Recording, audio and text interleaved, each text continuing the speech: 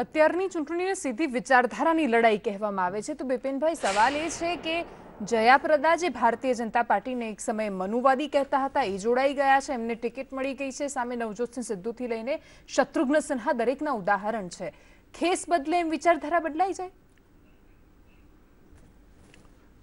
એ મુખ્યત્વે આપણે કહીશ કે જે અત્યારે જે રાજકારણ જે છે એ મુખ્યત્વે એની કોઈ જે એથિક્સ કહીએ, એથિક્સ ઓફ ધ પોલિટિક્સ એવું જે છે એ હાલના તબક્કે કોઈ રાજકારણીઓમાં જોવા નહીં મળતું, જેના કારણે જે તે સમય અને જે તે એના જે વિચારો જે છે એ બદલાતા રહે. એના કારણે આખું જે છે કે જે આપણે જે ભગવાકરણ કહીએ કે કોંગ્રેસીકરણ કહીએ, જે વધઘટ જે થાય છે, આખું જે પલટવાર જે મુખ્યત્વે જોવા આવે છે એનું મુખ્યત્વે રીઝન હોઈ શકે. ઠીક છે મહેશભાઈ, સવાલ એ છે કે પ્રધાનમંત્રી નરેન્દ્ર મોદી આજે જ્યારે એમણે શરૂઆત કરી પોતાના પ્રચારની, પહેલા જ ભાષણની વાત કરી, એમના ભાષણમાં મોટા ભાગે કોંગ્રેસ કોંગ્રેસ કોંગ્રેસ આ જ શબ્દ જોવા મળ્યો અને બીજો જોવા મળ્યો જવાન જવાન જવાન. આના સિવાય કોઈ મુદ્દો નથી. તમે કોંગ્રેસનો હિસાબ શું કામ આપો છો? તમે તમારો હિસાબ આપો ને, કોંગ્રેસે આ કર્યું, કોંગ્રેસે તે કર્યું, તો કોંગ્રેસ કહેશે ને. કોંગ્રેસ રાહુલજીનું ભાષણ શરૂ થાય ત્યારે શું આવે? એમને પૂછીશ ને, આજ આવે. એમને મને એટલા માટે કહેવું હતું કે ચૂંટણીની અંદર મોટા ભાગના પ્રશ્નો ભૂલાઈ જતા હોય છે અને આ ખોટું પણ છે, હું એ સ્વીકારું છું. મૂળ મુદ્દાઓ કરતાં જ્યારે ચૂંટણી આવે ત્યારે પ્રશ્ન અને એનો જવાબ, પ્રશ્ન અને એનો જવાબ સભાની અંદર આ સ્વાભાવિક બની જતું હોય છે. ન જવાબ આપો તો બી નથી ચાલતું, કારણ કે લોકોને પણ અપેક્ષા છે. ગઈકાલે રાહુલજી આવું બોલ્યા હતા, આજે નરેન્દ્રભાઈ શું બોલશે, આજે નરેન્દ્રભાઈ આવું બોલ્યા. તો ચૂંટણીની અંદર હું આ કોઈ પક્ષાપક્ષીની વાત નથી કરતો, આ સ્વાભાવિક પ્રક્રિયા છે. અને જ્યાં સુધી નરેન્દ્રભાઈની વાત છે ત્યાં સુધી જ્યારે કમ્પેર કરવાની વાત આવશે પોતાની સરકારની ઉપલબ્ધિઓ, દાખલા તરીકે અમે કરેલા કામો, એમને કોઈની સાથે કમ્પેર તો કરવા પડશે, નહીં કરવા પડે. મધ્યપ્રદેશની અંદર, છત્તીસગઢની અંદર, રાજસ્થાનની અંદર આવી સરકારો તો એને શું કર્યું કમ્પેર જ કરશે ને, કે ભાઈ કરી હતી ને કે તમે કાંઈ નથી કર્યું 10 વર્ષ, અમે આવીને આ કરશું ને. હવે એ જ કહેશે ને કે તમે આ 5 વર્ષ કંઈ નથી કર્યું, આ અમે આ કરીએ છીએ. તો જ્યારે રાજનીતિની અંદર શાસન ઉપર હોઈએ ત્યારે અમે અમારા કામની કમ્પેર તો એનો આધાર શું બનશે, માપદંડ શું બનશે કે એના કરતાં અમે વધારે કામ કર્યું, એને શું કામ કર્યા હતા, અમે શું કામ કરીશું, એ તો આવશે જ. ભાષણની અંદર કઈ કોંગ્રેસ નહીં આવે એવું તો બનવાનું નથી. આ પહેલી વખત એવી દેવાંશી કોંગ્રેસ પર જ કેન્દ્રિત રહે છે ભાષણ. દેવાંશી પહેલી વખત ભારતની અંદર એવી સરકાર છે કે જેને બન્યા પછી દર વર્ષે પોતાના કામનો હિસાબ આપ્યો છે, એની ઉજવણી કરી છે. મને એમ બતાવો કે 70 વર્ષના શાસનમાં કોઈ દિવસ કોઈ સરકારે એના 1 વર્ષ, બીજું વર્ષ, ત્રીજું વર્ષ, ચોથું હિસાબ આપ્યો હોય એની ઉજવણી કરી હોય બતાવો. ઉજવણીનો મતલબ અમારો એ હતો કે લોકોને અમે કહીએ છીએ કે વર્ષ સુધી અમે 1 વર્ષની અંદર આટલું કરી શક્યા છીએ. પહેલી વખત એ અમે કર્યું છે. પહેલા મને બતાવો તો પહેલા કોઈ સરકારે કર્યું હોય તો જ્યારે અમે કામ કર્યા છે તો કામનો સંદર્ભ તો ક્યાંક લઈશું, કમ્પેર તો ક્યાંક કરીશું. અમે દાખલા તરીકે એમ કહીએ કે 20 વર્ષ પહેલા સાબરમતીના નદી છે એના પટની અંદર સર્કસ રમતા હતા, આજે શું છે એમ નહીં કહીએ તો નવી પેઢીને ખબર પણ કેવી રીતે પડશે. આજે જે નવો મતદાર છે 20 વર્ષની, એને તો એ જોયું નથી, એ સર્કસમાં ગયો નથી ત્યાં જોવા, એ કબડ્ડી કે ખોખો રમવા ત્યાં સાબરમતીના પટમાં, પણ એને કહેવું તો પડશે કે આ હતું ના કર્યું છે. આ BRTS ને 10 વર્ષ થઈ ગયા, એને કહ્યું તો પડશે કે અહીંયા પેલા આ હતું ના છે. ગાર્ડનની વ્યવસ્થા હોય, હોલોની, જે અમારા પૂર્વ વિસ્તારની અંદર 1 હોલ નહોતો, આજે 3 હોલ છે. આટલું મોટું વીર સાવરકરની આવડી મોટી ત્યાં એકેડમી બની છે. તો આ નહોતું તો એ પહેલા શું હતું એ તો અમારે કહેવું પડશે. અને એને ચૂંટણીમાં જ્યારે હોય ત્યારે કોઈ આક્ષેપ તરીકે પણ લેતું હોય છે, હું એને સંદર્ભ તરીકે લઉં છું. એ લોકો એ જ કહે છે ને કે દાખલા તરીકે જમીન અધિગ્રહણનો કાયદો હતો તો એ શું કહે છે, અમારો સંદર્ભ લેશે ને તમારો કાયદો આટલો ખરાબ હતો ને અમારો પહેલો હતો. આ વેટ આમાં શું કહે છે કે અત્યારે કહે છે કે GST તમે ખોટો લાવ્યા, અમે બંધ કરી દઈશું GST, અમારો GST સારો. તો ક્યાંક તો સંદર્ભ લેવો પડશે. અમે એવું કહીએ છીએ કે GST સારો છે, દેશના 17 એવા ટેક્સો હતા એ બંધ કરીને. લોકોની ઈચ્છા એવી હોય કે ફ્યુચરમાં, ભવિષ્યમાં કરીશું, એના પર વોટ આપવાનો. તો મેનિફેસ્ટોમાં આવી જશે. નરેન્દ્ર, હું એ દેવાંશી દેશની અંદર બતાવી શકે એવું એક વ્યક્તિ કોઈ હોય તો એ ભારતીય જનતા પાર્ટીના પ્રધાનમંત્રી નરેન્દ્ર મોદી છે. દેશની જનતા એને જ મત આપવાના છે કે ભારતનું ભવિષ્ય શું, એને જ મત આપવાના છે. 2019 છે, 23 મે બતાવશે દરેક સવાલોના જવાબ. બિલકુલ, આપણે સાથે અહીંયા પણ આવીશ 23 મે ડિબેટમાં સાથે આવીશું. હા ઠીક છે. ઇકબાલભાઈ, સવાલ એ છે કે પ્રધાનમંત્રી ગમે તે કે તમે નોટંકી કહી દેશો એટલે પૂરું થઈ જશે, તમારે જવાબ નથી આપવાનો, તમે ક્યારે આપશો હિસાબ અથવા વિઝન? આપની એક વાત બિલકુલ સાચી છે કે પ્રધાનમંત્રીના ભાષણમાં કોંગ્રેસ અને કોંગ્રેસ સિવાય બીજી કોઈ વાત નથી હોતી. વાસ્તવમાં ગત ચૂંટણીમાં 2014માં એટલા ખોટા વાયદા, એટલા ગુમરાહ કરનારા વાયદા, લોકોને ભ્રમિત કરનારી વાતો કરી કે જે વાતમાંથી એક પણ વાત એ શક્ય કરી શક્યા નથી. જીએસટીની વાત લઈએ, મારા મિત્ર કીધું એટલે જીએસટીનો ભરપૂર વિરોધ કરેલો એ લોકોએ. ઇવન આપણા જે અત્યારે પ્રધાનમંત્રી છે, એ સમયે મુખ્યમંત્રી હતા ગુજરાતના, એમણે લેખિતમાં વિરોધ કરેલો જીએસટીનો. પણ અલ્ટિમેટલી એ અમે જે કાયદો લાવ્યા હતા ને જે કાયદો બનાવવા માટે વર્ષોની અમારી મહેનત હતી, એ દેશની પ્રગતિ માટે અને વેપાર ઉદ્યોગની પ્રગતિ માટે હતી. એ જીએસટી એની પછી નિષ્ફળતાઓ એમની નિષ્ફળતાઓ કઈ તમે કહ્યું કે 2014 છે જ નહીં. કયું કામ કર્યું? અમે જે લેન્ડ એક્વિઝિશનની એમણે વાત કરી, લેન્ડ એક્વિઝિશનનો કાયદો અમે ગરીબોની, ખેડૂતોની જમીન બચાવવા માટે કાયદો અમે લાવ્યા હતા, ત્યારે વિરોધ કરેલો. એ જ કાયદો અત્યારે એ લોકો લઈ આવ્યા છે. મનરેગાને એને ભ્રષ્ટાચારની ગંગોત્રી કહેતા હતા, એને ચાલુ રાખી છે. આરટીઈ ની વાત કરતા હતા, વિરોધ કરતા હતા, આરટીઆઈ નો વિરોધ કરતા હતા, મનરેગાનો વિરોધ કરતા હતા. ડાયરેક્ટ જ્યારે લોકોને સીધા પૈસા એમના ખાતામાં ડાયરેક્ટ ટેક્સ ટ્રાન્સફરનો જે અમારો કાયદો હતો એનો એ સમયે વિરોધ કરતા હતા કે લોકોને કેવી રીતે તમે એમના પૈસા ડાયરેક્ટ એમના જમા કરાવો છો. આજે એ જ અમલ કરાવે છે. એટલે જે વાતોનો એ લોકો વિરોધ કરતા હતા, એફડીઆઈ નો વિરોધ કરતા હતા, હવે મેક્સિમમ એફડીઆઈ આમના શાસનમાં થઈ છે. એટલે એમના પ્રત્યે એમનું પોતાનું એક પણ વિઝન, એક પણ કાર્ય બતાવે. અમે આ લોકો કહે છે કે નહેરુજીએ આમ કર્યું, 70 વર્ષમાં આમ કર્યું. હવે 70 વર્ષમાં તમે એક બતાવો કે કોઈ એક ડેમ તમે બનાવ્યો, એક બ્રિજ નવો બનાવ્યો. આ તમે અમદાવાદનો, આ ઇલેક્શન અમદાવાદનું નથી, આ ઇલેક્શન વાત કરી એટલા માટે, આ ઇલેક્શન આખા ભારતનું છે, અમદાવાદની નથી. નહીં, બ્રિજીસ એટલે મારો કહે તમે બતાવો કઈ ડેવલપમેન્ટ જેને કહીએ કે તમે શું કયા ઉદ્યોગ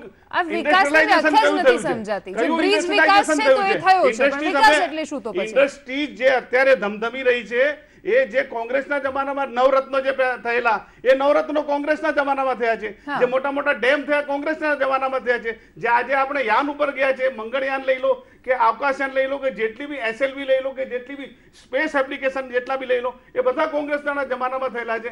તમે એક બતાવો. ફક્ત વાતો કરી છે કે અમે તમને 12 લાખ 15 લાખ રૂપિયા ડાયરેક્ટ આપીશું, અમે તમને 2 કરોડ રોજગાર આપીશું. પણ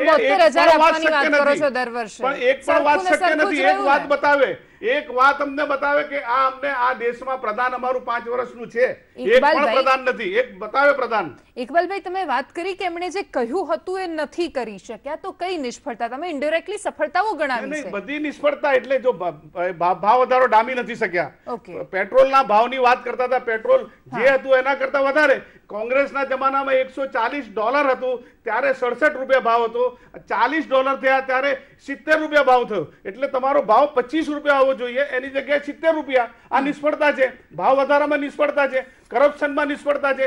કયા ક્ષેત્રે લોકોમાં બેરોજગારી વધી છે, અને એમના જ ખાતાના, એમના સરકારના રિપોર્ટ છે કે છેલ્લા 45 વર્ષમાં બેરોજગારીનું પ્રમાણ જેટલું નથી થયું એટલું આ 5 વર્ષમાં થયું છે. ઓથેન્ટિક સરકારનો રિપોર્ટ છે, અમારો નથી. એનએસએસ નો રિપોર્ટ છે, નેશનલ સેમ્પલ સર્વેનો રિપોર્ટ છે, કોંગ્રેસ પાર્ટીનો રિપોર્ટ નથી. એટલે આટલી બધી નિષ્ફળતાઓ છે. હવે મારે કેટલી નિષ્ફળતા બતાવવાની? ઠીક છે મહેશભાઈ, ટૂંકમાં. દેવાંશી, સારું થયું ઇકબાલભાઈ મને મોકો આપ્યો. ભારતીય જનતા એટલે મને અમારી સફળતા કહેવાનો મોકો આપ્યો. શાંતિથી સાંભળો, હું એક શબ્દ નથી બોલ્યો તમારી વચ્ચે. મેં એટલા માટે મેં કીધું ઇકબાલભાઈ, મેં એટલા માટે કીધું તમે બહુ સારી વાત કરી કે સૌથી વધારે એફડીઆઈ અમારા શાસનમાં 5 વર્ષમાં આવ્યું એવું કોંગ્રેસના પ્રવક્તાશ્રીએ કીધું. હું એમ માનું છું કે રાહુલજી ખોટા છે. એક સભામાં એમણે કીધું કે આ દેશની અંદર સૌથી એફડીઆઈ નો વિરોધ કરેલો, તમે એફડીઆઈ નો વિરોધ કરતા હતા. જો ઇકબાલભાઈ, હું નહીં બોલવા દઉં. તમે ખોટી વાત કરો, વચ્ચે કહીશ. તમે ખોટી વાત કરો. સાચા છે તો બેન આને જ બોલાવો ને. મને શું કામ? એ સાચા છે, કપાળ ઉપર સર્ટિફિકેટ લઈને આવ્યા છે, એને જ બોલવા દો. કારણ કે એ બધું વાત કરો એટલે મારે ચલાવી લેવાની એમ. તમારે ક્યાં ચલાવવાનું? એને ચલાવવાનું નથી. ચલાવવાનું હું પ્રવક્તા છું પાર્ટીનો. મેં ક્યાં તમે કઈ કીધું એનું ખોટું વાત કરો છો? દેવાંશી, મેં એમની કોઈ વાત ખોટી કીધી, એમની કોઈ વાતને ખોટી કીધી. તમારા રાહુલજી ખોટું બોલ્યા કે એફડીઆઈ બિલકુલ આ દેશમાં આવતું બંધ થઈ ગયું. આ એનો વિરોધ તમે કર્યો કોંગ્રેસમાંથી. બીજું એમણે કીધું કે મનરેગા ભ્રષ્ટાચારનું. હું એમ આજે પણ કહું છું કે 100% ભ્રષ્ટાચાર મનરેગામાં થતો હતો અને કોંગ્રેસના દલાલો લઈ જતા હતા. એનું કારણ દેવાંશી, બહુ શાંતિથી બધા આપણે સાંભળીએ તો મજા પણ આવશે. કારણ કે મનરેગાની જે સિસ્ટમ હતી, બેન એમને બોલવા દીધું તો હું બી બોલવા દીધું. મનરેગા મારી સાથે અન્યાય છે. મનરેગાની અંદર એક વખત બોલવા દો એમને, બે વખત બોલવા દો. મનરેગાની અંદર હું બધા સાથે કેન્દ્ર અન્યાય કરું. સરકારમાંથી નહીં, રાજ્ય આ સરકારમાં વાસ્તવિકતા પૈસા છે. આવતા હતા, બિલકુલ. રાજ્ય સરકારમાં ઠીક છે, પૈસા આવતા અન્યાય હતા, કરો. રાજ્ય સરકારમાંથી જિલ્લા પંચાયતમાં જતા હતા, જિલ્લા પંચાયતમાં તાલુકા પંચાયતમાંથી ગ્રામ પંચાયત, સરપંચ સુધી પૈસા થતા. પરિણામે એમના પ્રધાનમંત્રીએ એવું કીધેલું છે કે 85 પૈસા કોંગ્રેસના દલાલો ચાવી જાય છે, હું 1 રૂપિયો ત્યાંથી મોકલું છું, 15 પૈસા પહોંચે છે, બાકીના અમારા શાસનકર્તાના દલાલો, આ રાજીવ ગાંધીએ બોલેલું છે કે ખાઈ જતા પ્રધાનમંત્રી હતા. હવે આપણા હોય, 85 પૈસા રાજીવ ગાંધીના શાસનની અંદર કોંગ્રેસના દલાલો ખાઈ જતા હતા. અમારી ઉપલબ્ધિ એ છે કે આજે 85,000 કરોડ રૂપિયાના રાજકીય કેટલાક કોંગ્રેસના તમે દલાલો direct હતા, એ સબસિડી લઈ જતા હતા, transfer, એ બચાવી છે. મારે વાત દેવાંશી એ કરવી હતી એટલે કે સ્મૃતિ, ડાયરેક્ટ બેનિફિટ benefit ટ્રાન્સફરનો વિરોધ કરનારા લોકો સ્વીકાર્યું. આજે એની દુહાઈ કરે છે તમે વિરોધ અને કરતા વચ્ચે હતા. બોલીને અમને એમ કહે છે કે તમે તમે વિરોધ બોલો. કરતા ના, હતા. આવી રીતે દેવાંશી, ચાલશે સ્મૃતિ દેવાંશી જો એની વાત જો અરે, સ્મૃતિ એક ઈરાની બોલું છું ને, પાસેથી કરોડો હું રૂપિયા બોલું વસૂલ છું એટલે કરવાની એને હાઈકોર્ટે વાત કરી છે. કેટલા મરચા કેટલા લાગે છે વિચાર કરો. સ્મૃતિ ઈરાનીના કરોડો રૂપિયા વસૂલ હવે હું કરવાની વાત. બોલીશ વચ્ચે, હવે હું બોલીશ વચ્ચે. હવે એને નહીં જ બોલવા દો. ઠીક છે. દેવાંશી, હવે હું નહીં જ એને બોલવા દો. આ નક્કી વાત કરોડો છે. રૂપિયા કોઈને વસૂલ માનવું જ કરવાની નથી, વાત. મારું નથી, ઘરે રાખો ચર્ચા એવી 12 રીતે. લાખ કરોડ રૂપિયાનો ભ્રષ્ટાચાર કરી અને રાહુલ ગાંધી અને નહેરુ પરિવારો એના ઘરે નાખી દીધો કરોડો છે. રૂપિયાની કૌભાંડની વાત. 12 લાખ એક મિનિટ. કરોડ રૂપિયાનો ભ્રષ્ટાચાર, 12 લાખ કરોડ રૂપિયાનો ભ્રષ્ટાચાર નહેરુજીથી લઈ એબીસીડી ના 30,000 કરોડ રૂપિયાનું ભ્રષ્ટાચાર તો હમણાં કર્યું છે રાફેલમાં. 12 લાખ હમણાં કરોડ આ રૂપિયાનો પ્રધાનમંત્રીની ભ્રષ્ટાચાર કોઈને છેક સંભળાતું જ છેક નથી આવી રીતે કર્યું છે. ચર્ચા થાય ત્યારે. દેવાંશી, ઇકબાલભાઈ ખાલી છેલ્લો ક્યારેક જવાબ સાંભળવી આપી દો. પડે દર ઘરે વખતે જઈને. મારી વચ્ચે બોલે છે. 12 લાખ કરોડ રૂપિયાનો ભ્રષ્ટાચાર કોંગ્રેસના વખતમાં નહેરુજીથી લઈ અને અહીંયા તો મનમોહનસિંહજી હતો. ઠીક આ છે. પ્રોબન છે. અરે, અને એક બીજું મિનિટ, દેવાંશી ઠીક તને છે. કહું, ના, નથી દેવાંશી, મારી પાસે 6 બીજું. એક જ મહિને છે. એક મંત્રી એના શાસનની છે. અંદર ના, જેલમાં સમય જતો નથી તો મારી પાસે. ભાજપના મહેશભાઈ, એવું 5 નહીં ચાલે. વર્ષમાં વાસુદેવભાઈ, એક પણ સવાલ નથી કોઈએ- પ્રધાનમંત્રીનું કોઈએ અમારી આજનું ઉપર ભાષણ દેવાંશી જોઈએ. આક્ષેપ કર્યો કે નથી અરે, અમારી મહેશભાઈ, ઉપર. હવે તો તમારા ઉપર હા. સવાલ આખરે એ છે કે પ્રધાનમંત્રી જ્યારે ભાષણની વાત કરે, મહામિલાવટ જેવા શબ્દોની વાત કરે, કોંગ્રેસ પર પ્રહાર કરે, રણદીપ સુરજેવાલા નોટંકીની વાત કરે, દરેક વખતે આક્ષેપ પ્રત્યાક્ષેપમાં ચૂંટણી આવીને જતી રહે છે. મહેશભાઈ કહે છે કે અમારે સંદર્ભ આપવો પડે, પણ ન માત્ર સંદર્ભ, અહીંયા માત્ર આક્ષેપ પ્રત્યાક્ષેપ જ થાય છે. જવાનની વાત છે, રાષ્ટ્રવાદની વાત, એક મુદ્દો ભાજપ માટે છે, કોંગ્રેસ માટે પોતાનો એક ન્યાયની યોજનાનો મુદ્દો છે. આ બધાની વચ્ચે ક્યાંય મુદ્દાઓ તો હોતા જ નથી દરેક વખતે. આ દેશની કમનસીબી એ છે કે ચૂંટણીઓ છે એ વહીવટના મુદ્દા ઉપર અથવા તો કેવું શાસન આપ્યું છે એના મુદ્દા ઉપર લડાતી જ નથી. જુદા જુદા પ્રકારની ભાવનાઓ, રાષ્ટ્રભક્તિ છે, બરાબર, પછી એવા પ્રકારની કોઈનું મૃત્યુ થાય એની સિમ્પથીનો વે હોય, આવા બધા ક્ષુલ્લક કારણો ઊભા કરીને ભાવનાના આધારે, અને આ દેશનો મતદાતા એટલો બધો ભાવનાશીલ છે કે ભાવનામાં ખેંચાઈ જાય છે, એટલે આ લોકો વધારે ને વધારે ભાવનાશીલ મુદ્દાઓને ઉછાળવાનો પ્રયત્ન કરે છે. એને કારણે આ બધા ઇસ્યુ આવે છે. હમણાં પ્રજા મત જો ફક્ત શાસન કરવાની પદ્ધતિ અથવા તો શાસન વહીવટ કઈ રીતે ચાલે છે એ પ્રમાણે ચાલતો, ને ભાઈ ભ્રષ્ટાચારની વાત તો કરવાનો કોઈને અધિકાર નથી. આ બધા રાજકીય પક્ષોને એમની ગળથુથીમાં એમનો એક પણ એવો નેતા નથી. એવો નેતા જે ભ્રષ્ટાચારી ના હોય ને એ મારી જોડે ડિબેટમાં આવીને બેસે છે. તમે સમજો, જે લોકો સત્તામાં બેઠેલા છે એ પૈસા જ બનાવે છે, ભ્રષ્ટાચાર જ કરે છે. જેમ ભ્રષ્ટાચાર મોટા ભાગના શબ્દ વાપરીશું. અરે ભાઈ, સત્તાનો ઠીક નથી. જો હું આમાં એવું છે મહેશભાઈ, આમાં એવું છે કે જે નથી કરતા ને એને કોણી મારીને બાજુમાં મોકલી આપે છે. હવે તમારો આદર્શવાદ સાચો, હું એમ કહું છું. પણ કોઈ કોંગ્રેસ કે ભાજપમાં બધા નેતા માટે આ સારું નથી. મારું એક કહેવું, તમારો આદર્શવાદ બરોબર છે, મંજૂર છે. આ બીજી વાત પણ ઠીક નહીં એમ. દરેકને તમે ગાળો તો એ ઠીક નહીં. આ જેને ભ્રષ્ટાચાર કર્યો છે એને તો અમે પણ દઈએ છીએ. પણ નહીં, ઠીક નહીં એમ. આમાં એવું છે કે નહીં, તમે કોઈને વ્યક્તિગત મારી સાથે જે એવું દિવસે નથી. પોલિટિકલ પાર્ટીના નેતાઓ એવી અથવા વાત તેના નથી. કાર્યકર્તાઓ જેને ભ્રષ્ટાચાર કર્યો છે એને જ કે છે ભ્રષ્ટાચારી, અથવા તો કહેવાનું ચાલુ કરશે અને નથી કર્યું ને છૂટા પાડશે. આ દેશની કમનસીબી એવી છે કે સુપ્રીમ કોર્ટમાં એક PLI થઈ, પબ્લિક ઇન્ટરેસ્ટ લિટિગેશન થઈ હતી.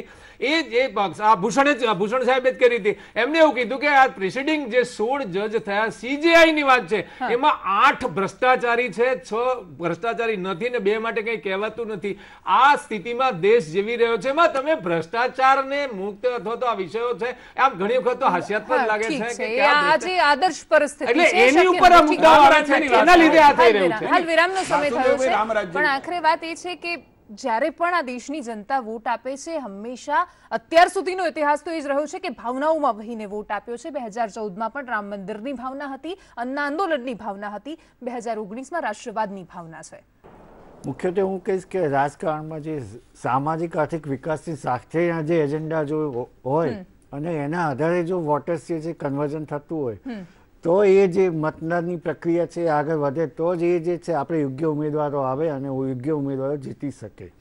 એટલે હાલમાં જે કહીશ કે 2014માં જે છે 68% જે વોટ થયું હતું, જો એ વોટિંગ જે છે વધે હાલના તબક્કે અને જે મુખ્યત્વે 7 થી 8 સીટો ઉપર જે આપણે હાલમાં પલટવાનું જે ચાલી રહ્યું છે મુખ્યત્વે, જો એમાં એ કંટ્રોલ ડેમેજ કરી શકે કોંગ્રેસ તો મને લાગે ચોક્કસપણે કોંગ્રેસને ફાયદો થઈ શકે. મહેશભાઈ, દેવાંશી, દેશની ચૂંટણી છે એટલે બહુ નાના મુદ્દાઓ કરતા દેશના જે વિકાસના મુદ્દાઓ છે એ બહુ જ પ્રારંભમાં રહેશે. 5 વર્ષનું આ સરકારનું પરફોર્મન્સની સાથે પ્રમાણિકતાપૂર્વક જે કામ કર્યું છે અને રાષ્ટ્રીય સુરક્ષાના મુદ્દે જે પ્રકારના પગલાઓ આ દેશની સરકારે લીધા છે એ રહેશે.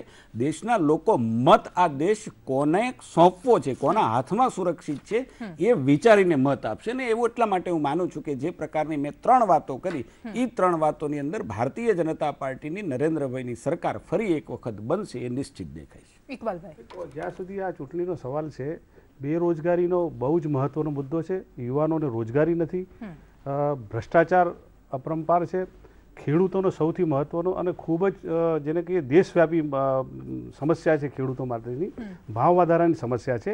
આ સમસ્યાઓને ખાસ કરીને ગરીબ, જે રીતે રાહુલજીએ જે ન્યાયની યોજના બહાર પાડી છે, એટલે ગરીબોને મિનિમમ ગેરંટી સ્કીમ, મિનિમમ એમને 12,000 રૂપિયા એને મહિને એને કમાવા મળે જ મળે એ એક પ્રકારનો કાયદો લાવીને ગરીબોને, જે રીતે ઉદ્યોગપતિઓને પૈસા આપીને ઉદ્યોગપતિઓનો માલામાલ કરવામાં આવતા હતા, જે રીતે ભ્રષ્ટ નીતિ અપનાવતી હતી, એની સામે ગરીબોને સીધા પૈસા મળે, બેરોજગારી દૂર થાય, એ અમારો મુખ્ય હેતુ છે. એનાથી બેરોજગારી વધશે સાહેબ, દૂર ના થાય. મફતનું લેવા માટે રોજગારી નહીં. વાસુદેવભાઈનો વારો છે.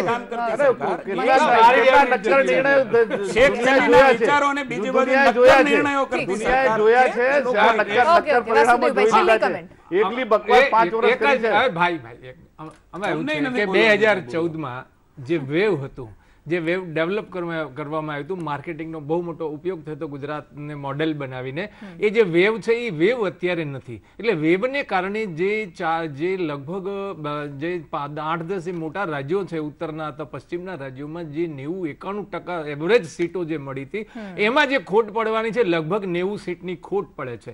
એટલે આ ચૂંટણીઓ, અને બીજું શું થયું છે કે એ વખતે વેરવિખેર જે મહત્વના પક્ષો હતા, 2 પક્ષ સિવાયના, એ પક્ષો એ બધા વેરવિખેર હતા, એ એકત્ર થયા છે. એટલે ભારતીય જનતા પાર્ટીનો જે વોટનો જે પર્સન્ટેજ છે, આ પર્સન્ટેજ છે એ જીતવા માટે ઓછો પડવાની સંભાવના છે. એટલે 90 સીટની જે ગેપ પડે છે એ ગેપ પૂરવા માટે એમની પાસે, મને અત્યારે તો કાંઈ ક્લિયર એવું દેખાતું નથી કે ગેપ પૂરી શકે. એટલે એવું ન કહી શકાય અત્યારે કે આવતા સમયમાં 19માં ભારતીય જનતા પાર્ટીની સરકાર બનશે.